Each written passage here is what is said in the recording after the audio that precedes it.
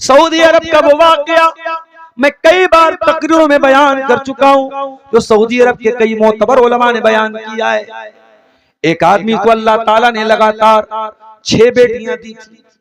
7वीं मर्तबा उसकी बीवी जब प्रेग्नेंट हुई और डिलीवरी का टाइम आया, उसने अपने दिल में इरादा किया, इस बार भी अगर मेरी बीवी ने 7वीं बेटी अगर पैदा हुई उसको, तो मैं तलाक दे दूंगा अपनी बीवी को।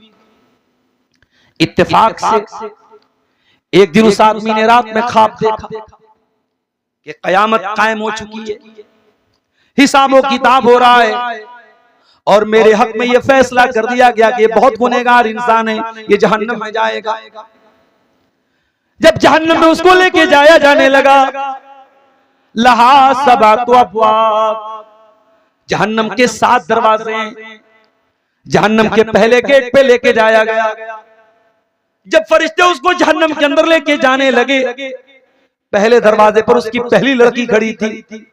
उसने कहा, फरिश्तों, ये हमारा बाप है, बड़ी मोहब्बतों से इसने हमको पाला है, बड़े लाडो प्यार से हमको पाला है।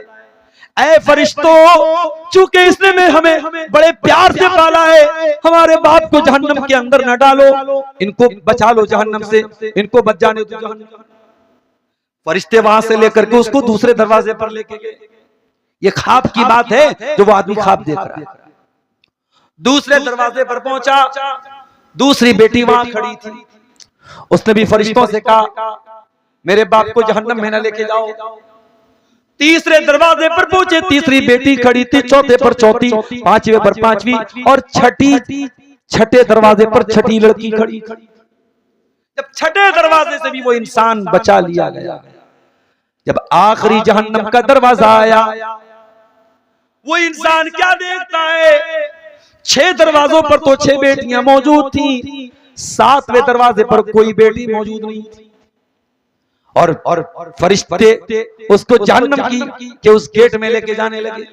वो चीखने लगा, काश मेरी 7वीं बेटी भी होती तो आज वो मेरे हक में सिफारिश कर लेती और अल्लाह ताला मुझे आज जहन्नम की आग से बचा लेता। वो रोने लगा, उसकी पेशानी पसीने से तर हो गई, उसकी आंखों से आंसू बहने लगे। उसके बाद उसकी नींद खुल गई। वो क्या देखता है, मैं तो अपने बिस्तर पर हूं। उसने अपनी बीवी को उठाया और बीवी को से माफी मांगी, सारा ख्वाब बताया और माफी मांगी बीवी से कि मेरे दिल में ऐसा ख्याल आया था, अगर इस बार तुझे लड़की पैदा हुई तो मैं तलाक दे दूंगा। और उसके बाद उसने कहा बीवी से, चलो हम दोनों उठ करके रात में तहज्जुद की नमाज पढ़ते हैं और दुआ करते हैं कि अल्लाह 7वीं औलाद भी तू हमको बेटी अता कर, ताकि कल अगर जरूरत पड़े तो जहन्नम के 7 दरवाजों पर हमारी बेटियां हमको जहन्नम की आग से बचाने के लिए तैयार मौजूद रहे। मेरे प्यारे साथियों, बेटियों को इतना हकीर मत समझिए। कुछ घरों में यह भी होता है, बाप लड़कों से तो बहुत प्यार से बात करता है, लड़कियों को प्यार नहीं दिया जाता है। लड़कियां घर में माँ की डांट सुनती हैं, भाई की डांट सुनती हैं, बाप की डांट सुनती हैं। जो लड़की घर में सबकी डांट सुनती है, सब लोग बुरा भला कहता है, वो लड़की जब कॉलेज में जाती है, जब स्कूल में जाती है और कोई लड़का गुलाब का फूल लेके कहता है आई लव यू, मैं तुमसे प्यार करता हूँ, वो फौरन लट्टू हो जाती है। चलो कोई तो है जो मेरी कदर कर रहा है, कोई मुझसे मोहब्बत कर रहा है। जो लड़की प्यार की भूखी होती है, प्यार जहां से भी मिलता है, वो नादान लड़की है। उसको नहीं मालूम कि प्यार के नाम पे जहर है, ये प्यार के नाम पे जाल है, ये प्यार के नाम पे हमको मारने और हमको खत्म करने की प्लानिंग हो रही है। लेकिन जिसको घर में प्यार नहीं मिला, वो बाहर प्यार तलाश करती है। इसलिए मेरे प्यारे साथियों, अपनी बच्चियों को प्यार, अपनी बच्चियों को ये महसूस मत कराओ कि घर में उनका कोई अपना नहीं है। अगर आप बाप हैं तो अपनी बच्चियों को भी उतना ही प्यार दीजिए जितना बच्चों को देते हैं। अगर आप माँ हैं तो बच्चियों पर सिर्फ नजर रखना और बच्चियों पर सिर्फ निगरानी करना ये आपका काम नहीं है। बच्चियों की जरूरतों और उनके मसाइल और उनकी प्रॉब्लम को हल करना भी आपकी जिम्मेदारी है। अल्लाह के नबी अपनी बच्चियों से बहुत प्यार करते थे। अल्लाह ताला ने अपने नबी को 4 बेटियां दी। बड़ी बेटी ज़ैनब थी जिनकी शादी अबू लास से हुई। अबू लास अभी इस्लाम नहीं लाए थे और जंगे बद्र के मौके पर अबुल आस कैदी बन करके आए। जब मुसलमानों ने काफिरों जो काफिर कैद में आए थे उनको छुड़ाने के लिए जब फिदिया लेना शुरू किया तो अबुल आस को छुड़ाने के लिए उनकी बीवी जैनब ने, नबी की बेटी जैनब ने वो कीमती हार जो अल्लाह के नबी ने अपनी बेटी को शादी के मौके पे दिया था वो हार लेकर के हजरत जैनब आ जाती। सहाबे किराम वो हार लेकर के जब अल्लाह के प्यारे नबी के पास पहुंचते हैं, अल्लाह के नबी जैनब का हार देखते हैं, अल्लाह के नबी की आंखों से आंसू बहने लगते हैं। ओ लोगों, इस्लाम का कानून तो देखो, आज तो अदालतों के फैसले भी बड़े अजीब गरीब हो जाया करते हैं। कोई पावरफुल, कोई सोर्स वाला अपने पावर की बदौलत सजाओं से भी बच जाता है। यहाँ गौर करो, अल्लाह के नबी का दामाद भी अगर कैदी बन के आया है उसको भी कोई प्रोटोकॉल हासिल नहीं है, उसके लिए अलग से कोई ऑफर नहीं है, उसको अलग से कोई छूट नहीं दी जा रही है, बल्कि अबुल आस को भी रिहा करने के लिए फिदिया देना पड़ रहा है। जब वो हार आया अल्लाह के नबी के सामने, अल्लाह के नबी ने अपनी बेटी का हार देखा, नबी रोने लगे और नबी ने सहाबा से कहा अगर हो सके तो अबुल आस का की बीवी का ये हार, मेरी बेटी जैनब का ये हार वापस कर दो। ये हार खदीजा ने दिया था अपनी बेटी को शादी के मौके पे, मुझे ये हार देख करके खदीजा की याद आती है, ये हार वापस। नबी अपनी बेटियों से बहुत प्यार करते थे मेरे साथी। नबी की 4 बेटियों में सबसे छोटी बेटी हजरत फातिमा कभी आती थी अल्लाह के नबी से मिलने के लिए। अल्लाह के नबी अपनी बेटी के इस्तकबाल में खड़े हो जाते, वेलकम करते थे अपनी बेटी का। और इतना ही नहीं, अपनी बेटी की पेशानी को चूम लेते थे और अपनी सीट पर, अपनी कुर्सी के बगल में, अपनी कुर्सी के बाजू में अपनी बेटी को बिठाते थे। आज है कोई बाप जो बेटी को इतना सम्मान देता हो, बेटी को इतनी इज्जत देता हो? मेरे प्यारे साथियों, बेटियों से प्यार करो, बेटियों को इज्जत दो, तब समाज में ये वाकयात कम होंगे। इस्लाम ने 1400 साल पहले बेटियों को इज्जत दी थी और जिस समाज में लड़कियों को जिंदा जमीन में गाड़ दिया जाता था उस समाज में इस्लाम ने बेटियों की परवरिश पर जन्नत की गारंटी दी थी। मेरे प्यारे साथी, और आगे बढ़िए, अगर औलाद की सही तरबियत करना चाहते हो, बहुत डरा चुके कुत्ते और बिल्ली से आप, बहुत डरा चुके शैतान से आप, बहुत डरा चुके भूत और प्रेत से आप, अपने बच्चों के दिल में अल्लाह का डर भी पैदा करो। मेरे साथियों, हजरत लुकमान अपने बच्चे से कहते हैं, या बुनैया इन्नहा इन तक मिस्काल हब्बतिन मिन खरदलिन फतकुन फी सखरतिन औ फिस समावाति औ फिल अर्दि याति बिहल्लाह। ऐ मेरे बच्चे, अगर एक राई के दाने के बराबर भी कोई चीज होगी, आसमानों के अंदर कहीं होगी, जमीन के अंदर कहीं होगी, चट्टान के अंदर कहीं होगी, याति बिहल्लाह, अल्लाह ताला उसको सामने ले आएगा। इन्नल्लाह लतीफुन खबीर, अल्लाह ताला तो बारीक से बारीक चीज की खबर रखने वाला है। ये तालीम अपने बच्चों को दीजिए मेरे साथी। आज कितने बच्चे हैं, उनसे पूछो अल्लाह कहाँ है, कहते अल्लाह हर जगह है। अरे बच्चे क्या, बड़ों से पूछो, कहते अल्लाह हर जगह है। ये अकीदे की बड़ी मोटी बात है कि अल्लाह कहाँ है। अल्लाह 7वां आसमान के ऊपर है, अल्लाह अर्श पर है, अल्लाह का इल्म हर जगह है, अल्लाह की कुदरत हर जगह है, अल्लाह हर जगह नहीं है। ऐसा बोलना ठीक नहीं कि अल्लाह हर जगह है। तो ये अकीदे की बातें अपने बच्चों को सिखाओ, अपने बच्चों को अखलाक सिखाओ। अल्लाह के नबी ने जब हजरत उम्मे सलमा से शादी की तो उनके एक बेटे थे जिनका नाम उमर बिन सलमा, वो अल्लाह के नबी की परवरिश में आ गए। उनकी माँ से शादी की अल्लाह के नबी ने, तो वो परवरिश में आ गए। तो एक दिन वो खाना खा रहे थे अल्लाह के नबी के सामने, बाएं हाथ से खाना खाने लगे। अल्लाह के नबी ने फरमाया, या गुलाम सम्मिल्लाह, ऐ बच्चे बिस्मिल्लाह पढ़ के खाना खा। वकुल बेयमीनिक, दाएं हाथ से खाना खा। वकुल मिम्मा यलीक, और अपने सामने से खाना खा, पूरी प्लेट में हाथ मत घुमा। अल्लाह के नबी खाने के आदाब बता रहे हैं एक छोटे बच्चे को, एक मासूम। नबी अकरम मस्जिद में है, खजूरें रखी हुई हैं। आपका नवासा हजरत हसन रजी अल्लाह तआला अन्हु आते हैं, 5 साल के बच्चे हैं, उनको क्या पता ये कैसी खजूर है। बच्चे ने खजूर उठाई और मुंह में डाल दी। अल्लाह के प्यारे नबी ने देखा फरमाया ऐ मेरे बच्चे ये खजूर जल्दी से मुंह से निकाल दे। क्या तू नहीं जानता कि हम आले मोहम्मद के लिए सदका हराम है, ज़कात हराम है, हम ज़कात की रकम नहीं खा सकते। अल्लाह 5 साल के बच्चे को अल्लाह के नबी बता रहे हैं कि हलाल क्या है, हराम क्या है।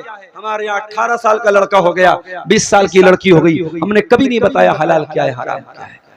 इसलिए मेरे प्यारे साथियों, बच्चों को अखलाक सिखाओ।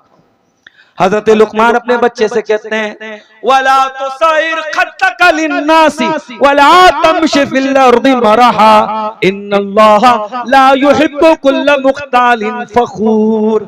ऐ मेरे बच्चे तू लोगों से गाल फुला करके ना मिलाकर, तू जमीन में अकड़ करके ना चला कर। अल्लाह ताला घमंडी लोगों से को पसंद नहीं करता। वक़सिद फी मशीका वग़ुज़ुज़ मिन सौतिका, और जब तू चला कर तो तेरी चाल भी दरमियाना होनी चाहिए, और जब तू बोला कर तो तेरी आवाज भी पस्त होनी चाहिए।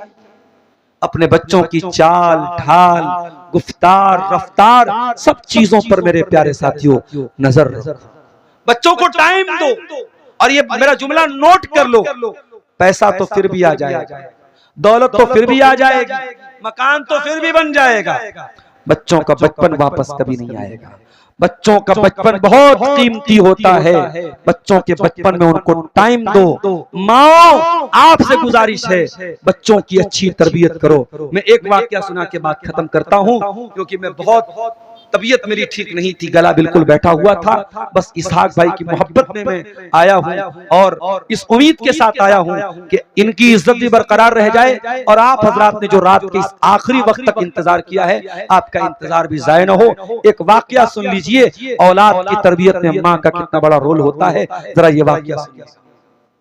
मदीना के अंदर एक आदमी है, उसका नाम था फर्रूख। वो बीवी प्रेग्नेंट है, हामिला है, और मैदान जिहाद में वो जा रहे थे। उन्होंने बीवी से को 30,000 दीनार दिया और कहा कि ऐ मेरी बीवी, मैं मैदान जिहाद में जा रहा हूं, अगर मैं जिंदा वापस आ गया तो ये 30,000 दीनार का हिसाब मैं तुझसे लूंगा, और अगर मैं शहीद हो गया अल्लाह की राह में तो तू जैसा मुनासिब समझना ये 30,000 दीनार खर्चा कर देना। उसके बाद वो हजरत फर्रूख अल्लाह की राह में जिहाद करने चले गए, और दुश्मन की बॉर्डर पर लापता हो गए, और 27 साल के बाद वो घर लौटे। जब घर आए, घोड़े पे सवार होकर के आए, हाथ में नेजा था उनके, घोड़े से उतरे, दरवाजा खटखटाया, अंदर से 27 साल का एक नौजवान निकला। नौजवान का नाम था रबिया।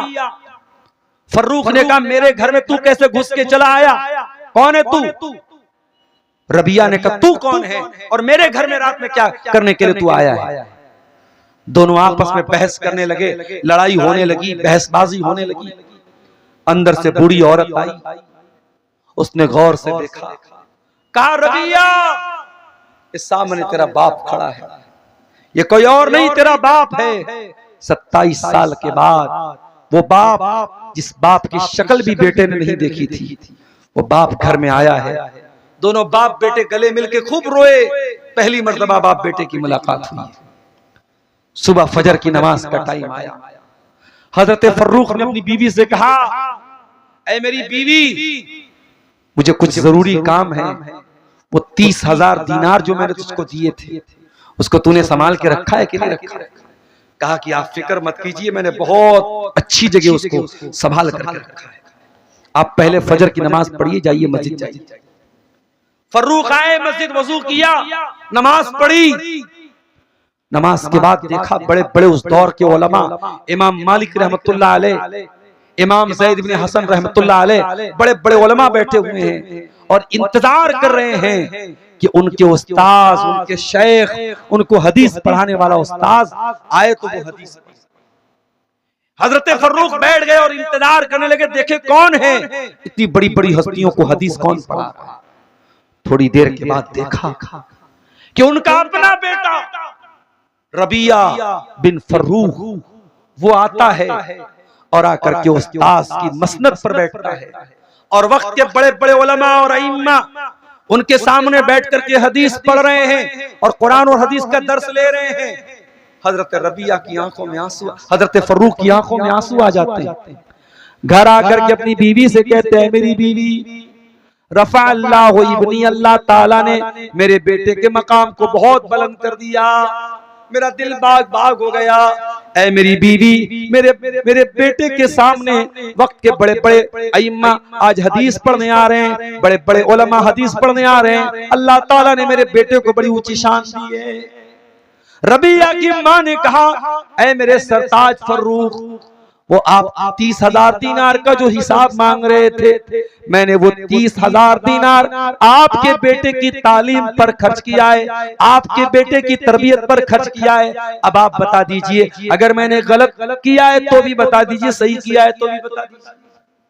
हजरत फर्रुख ने कहा कि ऐ मेरी बीवी, तूने उन दीनारों का बिल्कुल सही इस्तेमाल किया है, तूने एक पैसा भी जाये नहीं किया है, तूने एक दीनार भी जाये नहीं किया है। पता ये चला बच्चों को बनाने और बिगाड़ने में माओं का बहुत बड़ा किरदार होता है।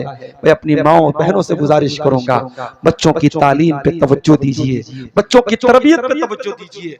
और मैं कुछ दुआएं आपको सिखा रहा हूं, उन दुआओं को याद कर लीजिए और जब भी दुआ के लिए हाथ उठाया कीजिए, ये दुआएं जरूर पढ़ा कीजिए।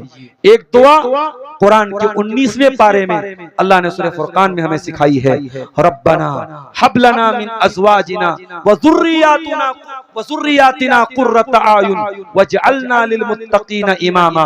ऐ अल्लाह, हमारे बीवी बच्चों को हमारी आंखों की ठंडक बना दे और हमें मुत्तकियों का इमाम बना दे।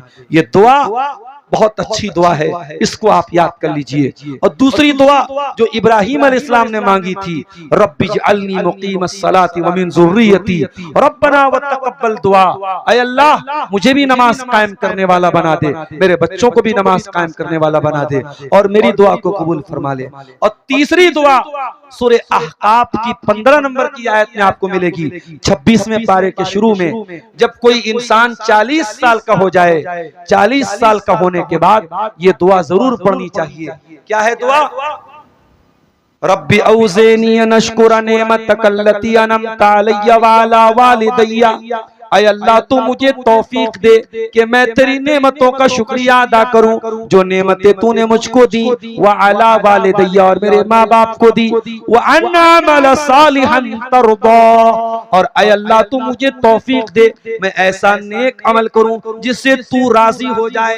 व अस्लिह ली फी ज़ुर्रियती, और ऐ अल्लाह तू मेरी औलाद को सही कर दे, मेरी औलाद को दुरुस्त कर दे, मेरी औलाद को ठीक कर दे। इन्नी तुबतु इलैका व इन्नी मिनल मुस्लिमीन। ऐ अल्लाह, मैं तुझसे तौबा करता हूँ और मैं सच्चा पक्का मुसलमान हो जाता हूँ। ये दुआ है, ये बड़ी प्यारी दुआ है।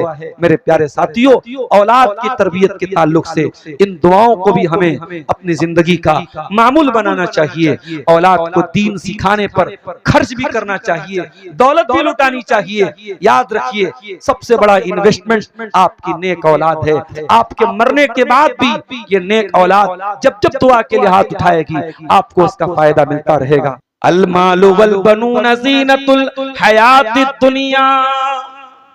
ऐ मेरे बंदो, ये दुनिया की जिंदगी दो चीजों की वजह से सुंदर है, खूबसूरत है। एक माल की वजह से, एक औलाद की वजह से।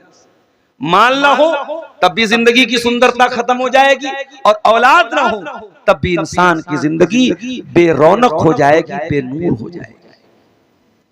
तो औलाद बहुत बड़ी नेमत है मेरे प्यारे साथ। लेकिन हाँ, अगर औलाद के चक्कर में इंसान अल्लाह को भूल जाए, रसूल को भूल जाए, शरीयत को भूल जाए, तो ये औलाद बहुत बड़ी आजमाइश भी बन जाती है। कुरान के 28वें पारे में अल्लाह ने फरमाया, या अय्युहल्लज़ीना आमनू ला तुल्हिकुम अमवालुकुम वला औलादुकुम अन ज़िक्रिल्लाह। ऐ ईमान वालो, कहीं तुम्हारा माल तुमको अल्लाह के जिक्र से गाफिल न कर दे, कहीं तुम्हारी औलाद तुमको अल्लाह के जिक्र से गाफिल न कर दे। कहीं माल के चक्कर में और कहीं औलाद के चक्कर में तुम अल्लाह को भूल मत जाना, तुम शरीयत को भूल मत जाना। औलाद बहुत बड़ी आजमाइश भी है मेरे साथ। इसी औलाद की खातिर इंसान हराम काम भी कर बैठता है। औलाद के सुख के लिए, औलाद के अच्छे मुस्तकबिल के लिए इंसान बैंकों से लोन तक ले लेता है, इंसान सूद और ब्याज का काम तक करता है। खबरदार, अगर औलाद की मोहब्बत में आपने कोई नाजायज काम किया है तो ये औलाद बहुत बड़ी मुसीबत आपके हक में बन जाएगी मेरे साथ। इसीलिए कुरान करीम हमसे कहता है, इन्नमा अमवालुकुम व औलादुकुम फितना। ऐ ईमान वालो, तुम्हारा माल बहुत बड़ा फितना है, बहुत बड़ी आजमाइश है, और तुम्हारी औलाद भी बहुत बड़ी आजमाइश है। और आज तक आपने ये हदीस सुनी होगी, माँ के पैरों के नीचे जन्नत है, बाप जन्नत का दरवाजा है। लेकिन मैं एक और हदीस आपको सुनाना चाहता हूं, और यहाँ जितने लोग बैठे हैं, मेरी माएं बहनें, जितनी माँ बहनों तक मेरी आवाज पहुंच रही है, मैं उनसे भी कहना चाहूंगा, जरा कान खड़े करके ये हदीस सुनिएगा, जरा दिल खोल करके ये हदीस सुनिएगा। ये तो बहुत सुना आपने, माँ के पैरों के नीचे जन्नत है, बाप जन्नत का दरवाजा है। जरा ये हदीस भी सुन लेना, ऐ अपने आप को माँ कहने वाली औरतों, और ऐ अपने आप को बाप कहने वाले मर्दों, जरा ये हदीस भी सुन लेना। सही मुस्लिम की रिवायत, अल्लाह के प्यारे नबी फरमाते हैं, मा मिन अब्दिन यस्तरईहिल्लाहु रईयतन, जिस बंदे के ऊपर अल्लाह ताला कोई जिम्मेदारी डालता है, तुम यमूतु, और फिर वो मर जाता है, इस हाल में मर जाता है, वहु आकाशुन लिरईयतिही, कि वो अपनी जिम्मेदारी को सही तरीके से अदा नहीं कर रहा है, वो अपनी जिम्मेदारी के साथ धोखा कर रहा है, वो अपनी जिम्मेदारी के साथ फ्रॉड कर रहा है, चीटिंग कर रहा है। अल्लाह के नबी फरमाते हैं, इल्ला हर्रमल्लाहु अलैहिल जन्ना, उस इंसान के ऊपर जन्नत हराम हो जाती है। ओ मेरी प्यारी माओ, आपने अगर माँ का हक अदा न किया, ओ मेरे प्यारे भाइयों, आपने अगर बाप होने का हक अदा न किया, अल्लाह ने औलाद आपको दी, आपने औलाद का हक अदा न किया, तो कान खोल के सुन लीजिए, ये औलाद के साथ आप जो लापरवाही कर रहे हैं, आप औलाद की जो हक तलफी कर रहे हैं, आप औलाद की तरबियत में जो लापरवाही कर रहे हैं, ये बहुत महंगी पड़ जाएगी। अल्लाह के नबी फरमाते हैं, उस इंसान के ऊपर जन्नत हराम हो जाएगी। ये औलाद बहुत बड़ी जिम्मेदारी है आपके कंधे में। अल्लाह ने आपको औलाद दी है तो ये बहुत बड़ा इम्तिहान भी है मेरे प्यारे साथियों। दुनिया के करोड़ों लोग ऐसे हैं जिनके पास औलाद नहीं है, आपको अल्लाह ने औलाद दी है, तो आपसे सवाल भी पूछा जाएगा, आपकी औलाद। इसीलिए अल्लाह के नबी फरमाते हैं, कुल्लुकुम राइन व कुल्लुकुम मसऊलुन अन रईयतिही। ओ लोगों, तुम में से हर इंसान जिम्मेदार है और उसकी जिम्मेदारी के बारे में कयामत के दिन पूछा जाएगा। फर्रजुलु राइन अला अहली बैतिही, मर्द भी जिम्मेदार है अपने परिवार का, मर्द भी जिम्मेदार है अपने घर वालों का, और मर्द से भी सवाल किया जाएगा। वल मरअतु राइयतुन अला बैति ज़ौजिहा, और औरत भी जिम्मेदार है अपने घर की, और औरत से भी पूछा जाएगा। अगर बेटी बेपर्दा घूम रही है, अगर बेटा शराब पी रहा है और बाप ने कभी मना नहीं किया, माँ ने कभी मना नहीं किया, उल्टे सपोर्ट किया, तो माँ से भी सवाल पूछा जाएगा, बाप से भी सवाल पूछा जाएगा। इंस्टाग्राम पर आज सैकड़ों की तादाद में ऐसी आईडीज मौजूद हैं जिसमें बाप मौजूद है, बेटी छोटे कपड़े पहन करके वीडियो बना रही है। साफ साफ नजर आ रहा है कि वो लड़की, वो औरत इंस्टाग्राम के जरिए और सोशल मीडिया के जरिए अपने शरीर की नुमाइश कर रही है, और उसका बगैर बाप चंद पैसों के लिए उस वीडियो में मौजूद है, अपनी बेटी की बेपर्दगी को सेल कर रहा है, अपनी बेटी की बेहयाई को सेल कर रहा है। ऐसी बहुत सारी आईडीज आपको इंस्टाग्राम पर मिल जाएगी मेरे साथ। वो बाप बेगैरत बाप है और उस बेगैरत बाप से पूछा जाएगा कयामत के दिन कि तू बाप था, तेरी ये जिम्मेदारी थी, तू अपनी बेटी को नंगा करके उसको छोटे कपड़े पहना के उसको इंस्टाग्राम पे उसकी इज्जत का जनाजा निकाल रहा था, उसको बेच रहा था तू। आज झारखंड जैसे इलाके में, आज पाकुड़ जैसे इलाकों में, हमारे और आपके आसपास के गांव और बस्तियों में जब इस तरीके की खबरें हम सुनते हैं, फला मुसलमान लड़की गैर मुस्लिम लड़के के साथ भाग गई, इश्क और प्यार का नशा ऐसा चढ़ा, बाप की इज्जत खाक में मिला दी, माँ की इज्जत का जनाजा निकाल दिया, गैर मुस्लिम के साथ फरार हुई और उसके बाद ये भी खबर आई कि उसने अपने इस्लाम को भी छोड़ दिया, वो मुर्तद भी हो गई, वो मुशरिक भी हो गई, वो अल्लाह का इनकार करने वाली भी बन गई। मेरे प्यारे साथियों, हम इस तरीके के केसेस में सिर्फ उन लड़कियों को जिम्मेदार करार नहीं दे सकते, हमें उन लड़कियों के बाप को भी कटघरे में खड़ा करना पड़ेगा, उन लड़कियों की माँ को भी कटघरे में खड़ा करना पड़ेगा कि तुम क्या कर रही थी, तुमने क्या तालीम दी, तुमने क्या तरबियत दी अपनी बेटी को। आज बड़े फख्र से कहते हो साहब हमारी लड़कियों ने इंटर कर लिया, ग्रेजुएशन कर लिया, एमए कर लिया, ये कर लिया, वो कर लिया। अरे तेरी लड़की ने सब कर लिया, तेरी लड़की अपने अल्लाह को पहचानती थी कि नहीं पहचानती थी? तेरी लड़की मुसलमान थी, इस्लाम के बारे में क्या जानती थी तेरी बच्ची? जब मरने के बाद हम सब कब्र में जाएंगे, मुनकर नकीर हमारे पास आएंगे, हमसे सवाल पूछेंगे, मन रब्बु का, तेरा रब कौन है? मन नबियों का, तेरा नबी कौन है? माँ दीनों का, तेरा दीन क्या है? इन तीन सवालों का जवाब कॉलेज में पढ़ने वाली लड़कियों को भी देना पड़ेगा और मदरसे में पढ़ने वाली लड़कियों को भी देना पड़ेगा। ओ लोगों, मैं ये तो नहीं कहता कि तमाम की तमाम बच्चियों को मदरसे में डाल दिया जाए, मैं ये भी नहीं कहता कि तमाम के तमाम लड़कों को आप आलिम बना दीजिए, मगर मैं ये जरूर कहूंगा आपका बच्चा कुछ भी बन जाए, आपकी बच्ची कुछ भी बन जाए, लेकिन कब्र के इन तीन सवालों का जवाब तो आपकी बेटी को भी आना चाहिए। अगर आपको ये भी नहीं पता है कि मेरा रब कौन है, मेरा नबी कौन है, मेरा दीन क्या है, तो लानत है ऐसी तालीम पर, लानत है ऐसी डिग्री पर, लानत है ऐसी अकल पर, लानत है ऐसी ज़ियानत पर। दुनिया का वो बड़ा से बड़ा काबिल आदमी अगर वो अपने क्रिएटर को नहीं पहचानता है, अपने रब को नहीं पहचानता है, अल्लाह की नजर में वो स्टूपिड है, अल्लाह की नजर में वो बेवकूफ है।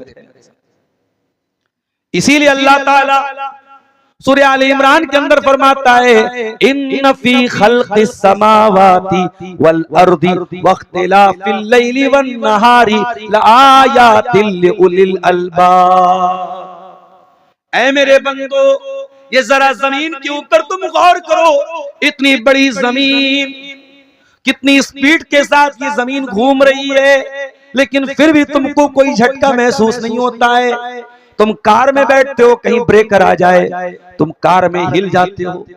इतनी बड़ी जमीन पूरी स्पीड से घूम रही है और जर्रा बराबर तुमको झटका महसूस नहीं होता है। क्या ये अल्लाह की निशानी नहीं है? आज शायद बिहार में कहीं कहीं जलजले का झटका भी महसूस हुआ है। अभी हमारे ड्राइवर साहब के ऊपर कॉल आया था, पटना से, वहां जलजले का झटका महसूस हुआ है।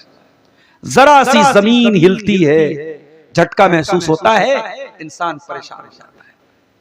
ओ लोगों, इस जमीन के ऊपर गौर करो, इस आसमान के ऊपर गौर करो, जरा रात के ऊपर गौर करो, जरा दिन के ऊपर गौर करो। जब तुम गौर करोगे तो तुम्हें क्या समझ में आएगा? इन्न फी ज़ालिका लआयातिल लिउलिल अलबाब। इन तमाम चीजों के अंदर अक्लमंदों के लिए निशानियां हैं, बुद्धिजीवी लोगों के लिए निशानियां हैं, जीनियस लोगों के लिए निशानियां। ऐ अल्लाह, कौन है बुद्धिजीवी लोग, कौन है जीनियस लोग, कौन है चतुर लोग, कौन है अक्लमंद लोग? फरमाया अल्लज़ीना यज़कुरून अल्लाह क़ियामन व क़ुऊदन व अला जुनूबिहिम। अरे अक्लमंद तो वो लोग हैं जो खड़े होकर के भी अपने रब को याद करते हैं, बैठ करके भी अपने मौला को याद करते हैं और लेट करके भी अपने मालिक को याद करते हैं। खड़े होकर के, बैठ करके, लेट करके, हर हाल में जो अपने परवरदिगार को याद करते हैं। व यतफक्करून फी खल्क़िस समावाति वल अर्दी, और आसमानों और जमीन के अंदर वो गौर करते हैं। और जब गौर करते हैं तो क्या कहते हैं? रब्बना मा खलक़ता हाज़ा बातिला, ऐ अल्लाह तूने इस कायनात को बेकार नहीं बनाया, तूने इस यूनिवर्स को बेकार नहीं बनाया। पता ये चला अक्लमंद वो नहीं है जिसके पास डिग्रियों की भरमार हो। अक्लमंद वो है जो इस्लाम को जानता हो, जो तौहीद को जानता हो, जो अपने रब को जानता हो, जिसको दीन की बेसिक बातें मालूम। इसलिए मेरे प्यारे साथियों, सोना कोड़ के मेरे अजीजों, आसपास से आए हुए, बड़तल्ला और मजलाडी से आए हुए मेरे बुजुर्गों, मेरी माँ और बहनों, ये पैगाम देना चाहता हूं मैं आपको कि अपनी बच्चियों को कम से कम इतनी तालीम तो दे दो कि कोई बहरूपिया उनको अगर प्यार और मोहब्बत के झांसे में ब्लैकमेल करके ये कहे कि तुझे इस्लाम को छोड़ना पड़ेगा, तो आपकी बच्ची जवाब दे दे, नहीं, मेरे नबी ने तो मुझे ये सिखाया है कि अल्लाह के साथ तुझे शिर्क नहीं करना है।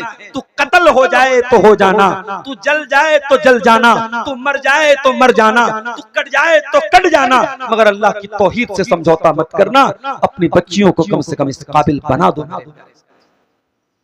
आज आपके इलाके के बहुत सारे लोग आसाम में काम कर रहे हैं, मुझे मालूम है कलकत्ता में काम कर रहे हैं, रांची में काम कर रहे हैं, बहुत अच्छी बात है।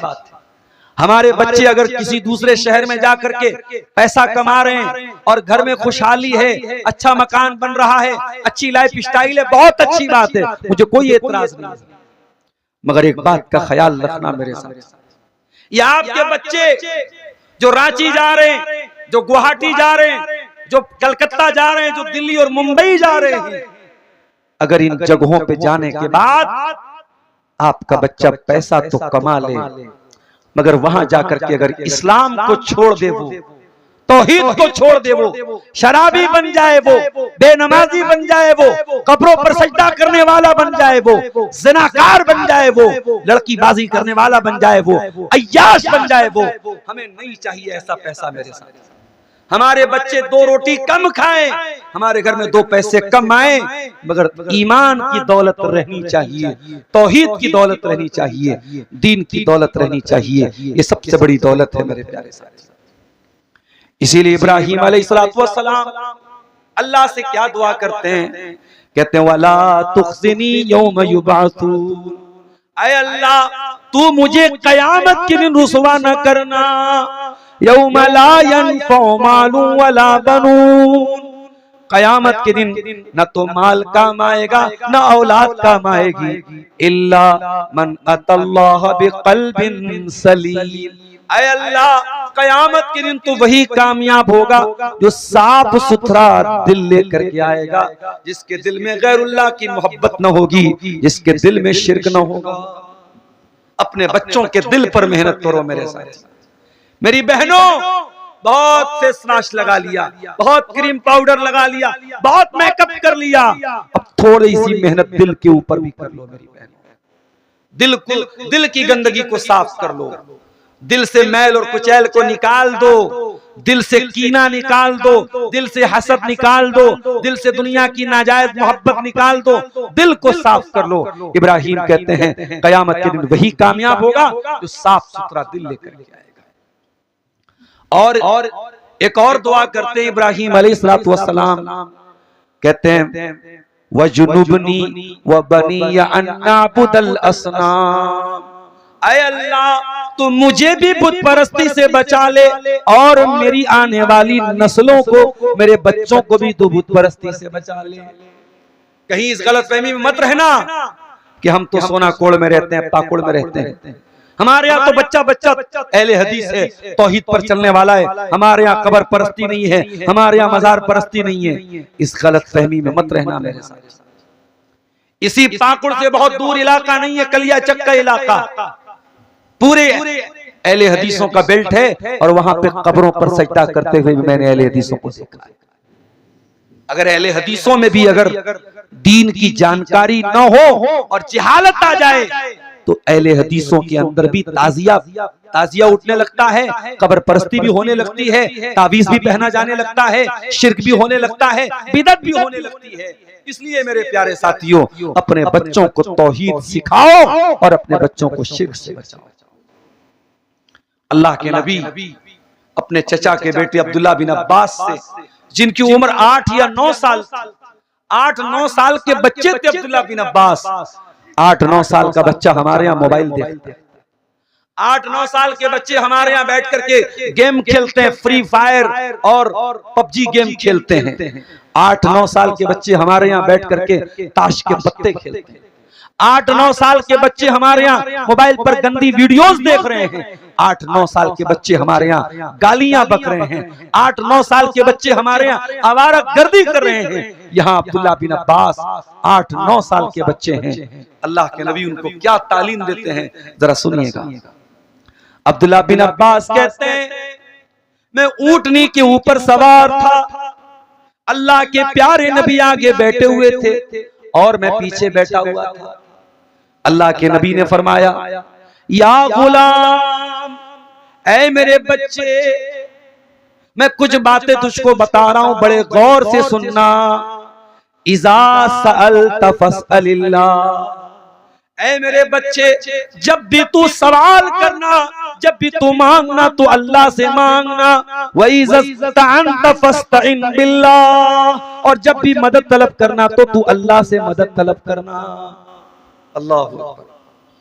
कोई अगर पूछे अहले हदीस की दावत क्या है, अहले हदीस का पैगाम क्या है, तो नबी की ये छोटी सी हदीस सुना देना, नबी की ये बात सुना देना। अहले हदीस का यही पैगाम है, मदद मांगो तो अल्लाह से मांगो, सवाल करो तो अल्लाह से। इससे बढ़ के अहले हदीस की कोई दावत। अहले हदीस की दावत तौहीद की दावत है। अहले हदीस की दावत शिर्क के खिलाफ ऐलान जंग है। अहले हदीस की दावत यह है कि मांगो तो अल्लाह से। अभी 1 हफ्ता पहले मैं इसी इलाके में प्रोग्राम था मेरा, मैं आ रहा था, भागलपुर से पहले जगह पड़ती अकबर नगर। हमारे ड्राइवर साहब गाड़ी चला रहे थे, अचानक से देखा रोड के ऊपर बड़ा रश है, बड़ी भीड़ है। मैंने पूछा क्या बात है भाई, तो मालूम हुआ कि वहां कोई बाबा हैं, उनका उर्स मनाया जा रहा है, पूरा रोड जाम है। अब ये मसला मैं उस पर नहीं बोलूंगा, मसाइल पैदा हो जाएंगे, वरना अगर शरई नुक्ते नजर से देखा जाए तो सड़कों को ब्लॉक करके कोई भी इबादत करना इस्लाम में जायज नहीं है। आप सड़कों को ब्लॉक करके, और हम भारत सरकार से भी ये निवेदन करते हैं कि जो सार्वजनिक स्थल है, जो रोड है, पब्लिक रोड है, किसी भी मजहब को, किसी एक मजहब को टारगेट न किया जाए, किसी भी मजहब को इजाजत न दी जाए कि पब्लिक प्लेस को वो रोक करके वहां पे कोई अपनी मजहबी रस्म को अदा करे, चाहे वो मुसलमान का मामला हो या किसी भी दूसरे मजहब का। रोड चलने के लिए होती है, रोड ब्लॉक करने के लिए नहीं होती है। अकबर नगर का इलाका आया, रोड पूरी ब्लॉक है, मर्दों का रेला लगा है, औरतों की भीड़ लगी है, खूबसूरत कपड़े पहन करके, सज करके, संवर करके जवान लड़कियां वहां क्या करने गई हैं साहब? बाबा का उर्स मनाने। मैं कार में बैठा था, वल्लाह मेरे दिल में ख्याल आया कि ये सब करने वाली कौन है? मेरी कौम की बेटियां हैं। इन लड़कियों को बेपर्दा अपने घरों से लेके आने वाले कौन हैं? इनके बेगैरत भाई हैं, इनके बेगैरत बाप हैं, इनके बेगैरत शौहर हैं। और वहां मजार पे एक आदमी बहुत बड़ा सा मोर का पंख लेके बैठा है, और औरतें आ रही हैं, उनको मोर का पंख जो है वो उनको टच कर रहा है, उनको छू रहा है, और औरतें ये समझ रही कि साहब मेरा तो कल्याण हो गया, मैं तो बहुत खुशकिस्मत हो गई, मुझे तो बाबा की बरकत मिल गई। ये हरामखोर, ये कब्र परस्त, ये शिर्क के अड्डे बना के इन्होंने रखे हैं, और दुनिया का हराम काम इन कब्रों और इन मज़ारों पर हो रहा है। अल्लाह के नबी ने अपने आखिरी वक्त में, अपने इंतकाल के पहले अपनी उम्मत को मना किया था, कब्र परस्ती से रोका था। आपने कहा था, लानल्लाहुल यहूद वन नसारा, अल्लाह की लानत तो यहूद व नसारा के ऊपर। इत्तखज़ू कुबूर अंबियाइहिम मसाजिद, यहूद व नसारा ने अपने नबियों की कब्रों को सजदा करने की जगह बना लिया था। ऐ लोगों, तुम मेरी कब्र पर मेला न लगने देना, तुम मेरी कब्र पर कोई उर्स न होने देना, तुम मेरी कब्र पर सजदा न होने देना, मेरी कब्र को तुम मस्जिद न बनने देना। मौलाना अल्ताफ हुसैन हाली ने 100 साल पहले नक्शा खींचा था हिंदुस्तान का। 2026 आ गया, मौलाना हाली के इंतकाल को 50-60 साल हो गए, 70-80 साल हो गए। मौलाना हाली ने 100 साल पहले जो बात कही थी, ऐसा लगता है 2026 को सामने रख के उन्होंने कही थी। क्या कहा था? करे गैर कर बुत की पूजा तो काफिर, कवाकिब में माने करिश्मा तो काफिर, झुके आग पर बहरे सज्जा तो काफिर, जो ठहराए बेटा खुदा का तो काफिर, मगर मोमिनों पर कुशादा है राहें, परस्तिश करें शौक से जिसकी चाहें, नबी को जो चाहें खुदा कर दिखाएं, इमामों का रुतबा नबी से बढ़ाएं, मजारों पे जा जा के नजरें चढ़ाएं, शहीदों से जा जा के मांगे दुआएं, न तौहीद में कुछ कमी इससे आए, न इस्लाम बिगड़े न ईमान जाए। मुसलमानों, तुम्हारी तौहीद इतनी मजबूत हो गई कि तुम कब्रों पर सजदा करने के बाद भी तुम्हारी तौहीद सिर्फ है, तो माफ करना, तुमने तौहीद को समझा ही नहीं है। अरे तौहीद तो ये है कि गर्दन कट जाए मगर अल्लाह के सिवा किसी और के आगे गर्दन झुकनी नहीं चाहिए। मेरे प्यारे साथियों, ये सबक अपने बच्चों को सिखा के जाइए दुनिया से, वरना अगर आपके बच्चे आपके मरने के बाद तौहीद से हट जाएंगे, शिर्क की तरफ चले जाएंगे, बिदात की तरफ चले जाएंगे, तो अल्लाह ताला आपसे भी पूछेगा कि तूने क्या तालीम दी थी अपने बच्चों को, तूने क्या तालीम दी थी अपनी बेटियों को।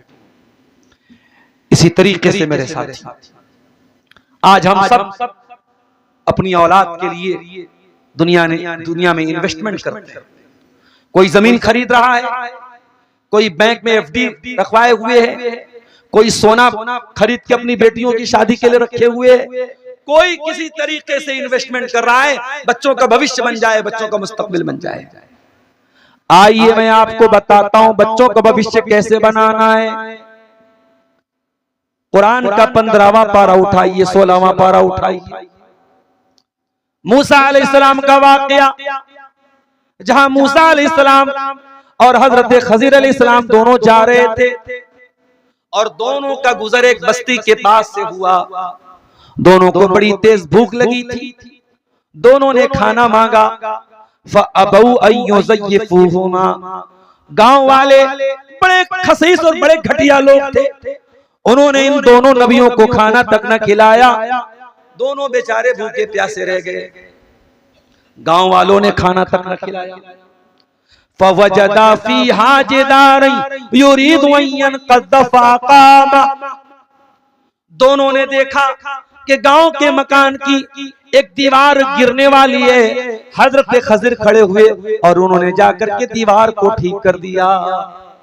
ओ मेरे नौजवानों, पता ये चला कि अपने आप को फिजिकली भी इतना ताकतवर बनाओ, जिस्मानी एतबार से भी इतना ताकतवर बनाओ कि खड़े होकर के दीवार अगर ठीक करने की जरूरत पड़े तो अकेले तुम खड़े होकर के दीवार को ठीक कर दो।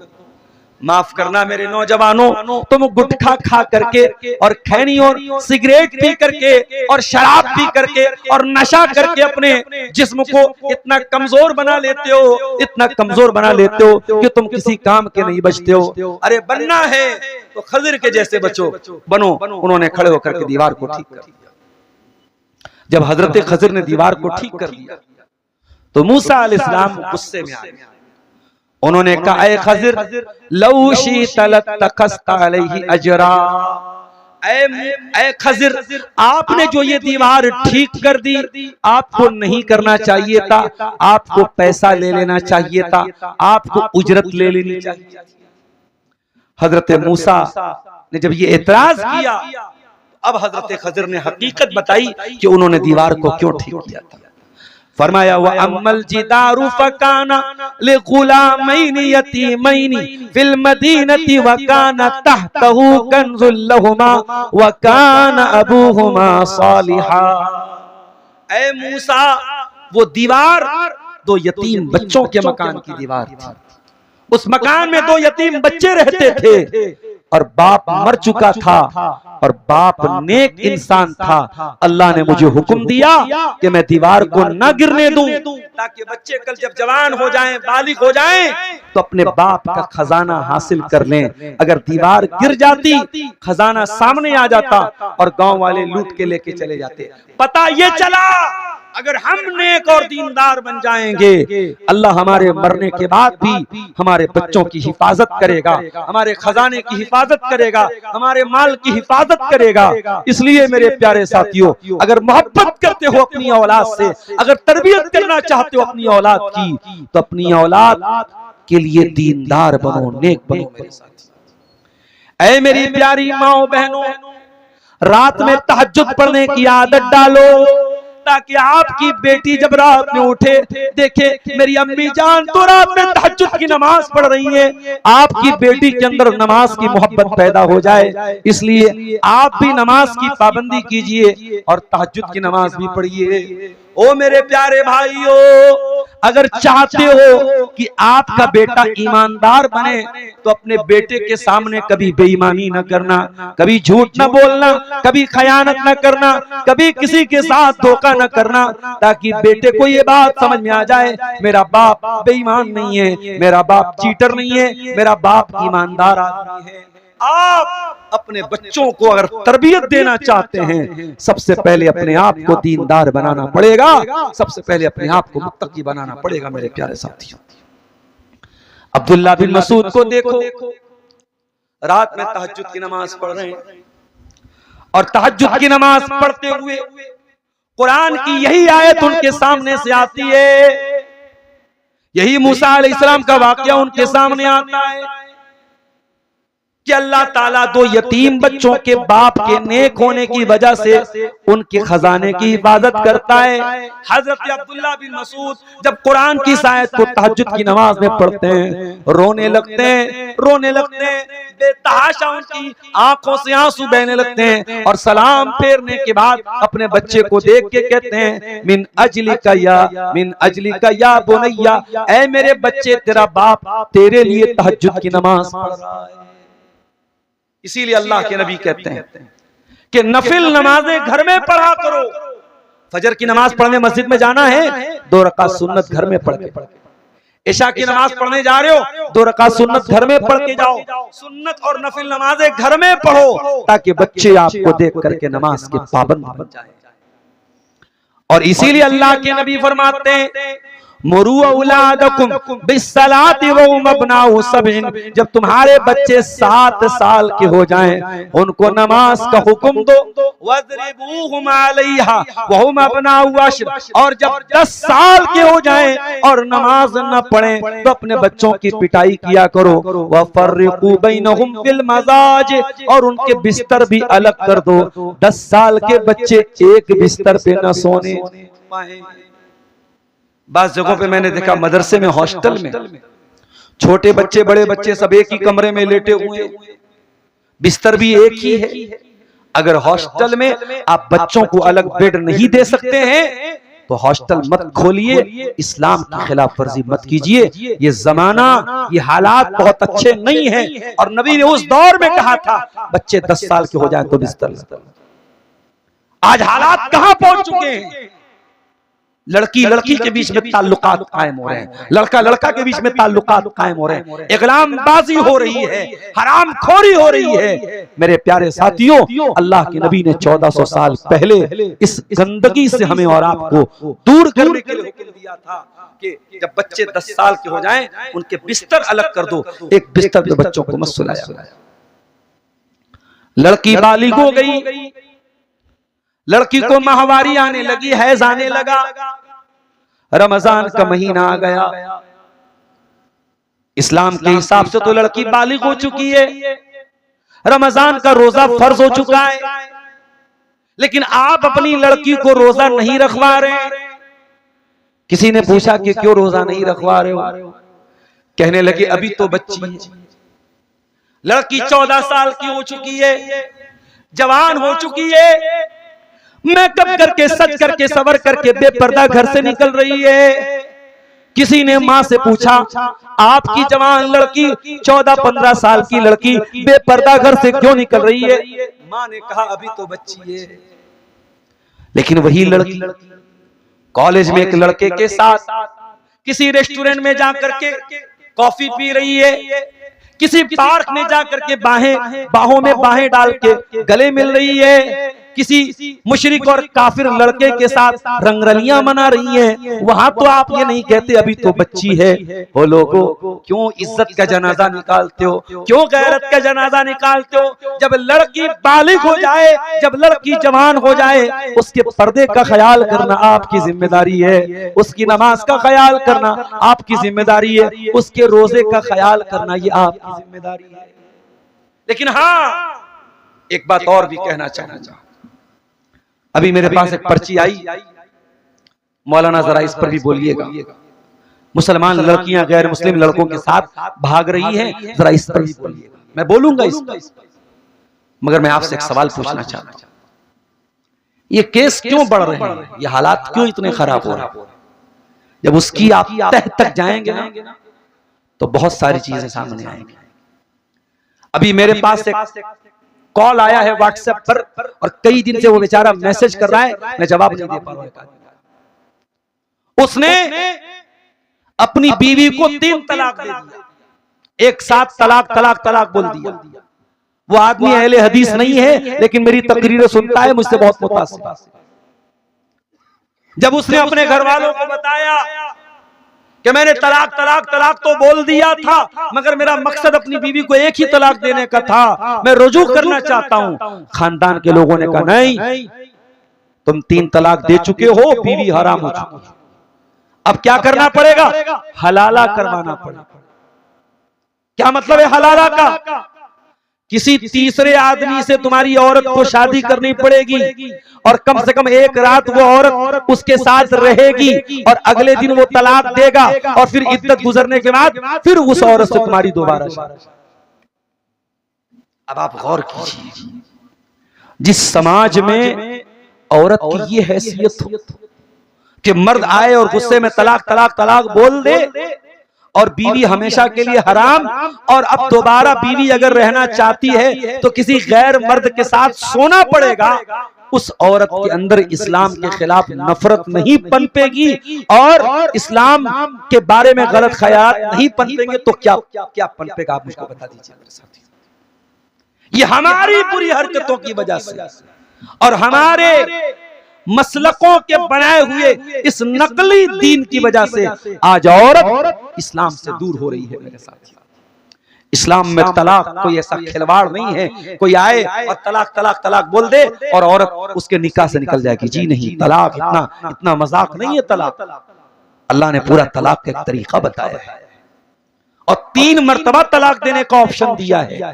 पहली मर्तबा तलाक देने के बाद 3 महीने का टाइम है, दूसरी मर्तबा तलाक देने के बाद 3 महीने का टाइम है, तीसरी तलाक के बाद ऑप्शन खत्म है। अब जो इस्लाम आपको 3 अलग अलग बार चांस देता है, आप एक ही बार में तलाक तलाक बोल दें और उसके बाद हलाला जैसी हराम चीज को आप समाज में प्रमोट करें, मेरे प्यारे साथियों, वो औरत इस्लाम से अगर दूर हो रही है तो कहीं ना कहीं उसके रिस्पॉन्सिबल और उसके जिम्मेदार हम और आप खुद बन रहे हैं। और आगे बढ़िए, बहुत सारे घरों में लड़की पैदा होने पर उतनी खुशी नहीं मनाई जाती जितनी लड़का पैदा होने पर मनाई जाती है। लड़की पैदा होने पर जो दादा दादी होते हैं उनके चेहरे पर वो खुशी नहीं होती जो लड़का के पोता के पैदा होने पर होती है। ये भेदभाव क्यों कर रहे हो मेरे साथी? अगर लड़की आपके घर में आई है वो तो और बरकत वाली बनकर के आई है, वो तो आपको जन्नत की खुशखबरी लेकर के आई है, वो तो आपको जहन्नम से बचाने के लिए आई है। अल्लाह के प्यारे नबी फरमाते हैं, मन आला जारियतैनी हत्ता तबलुगा जा यौमल क़ियामति अना व हुवा कहातैन। जिसको अल्लाह ताला ने 2 लड़कियां दे दी और उन दोनों लड़कियों की उसने अच्छी परवरिश कर ली, वो कयामत के दिन इस हाल में आएगा अपने नबी के साथ जैसे ये दोनों उंगलियां एक दूसरे के साथ मिली हुई हैं।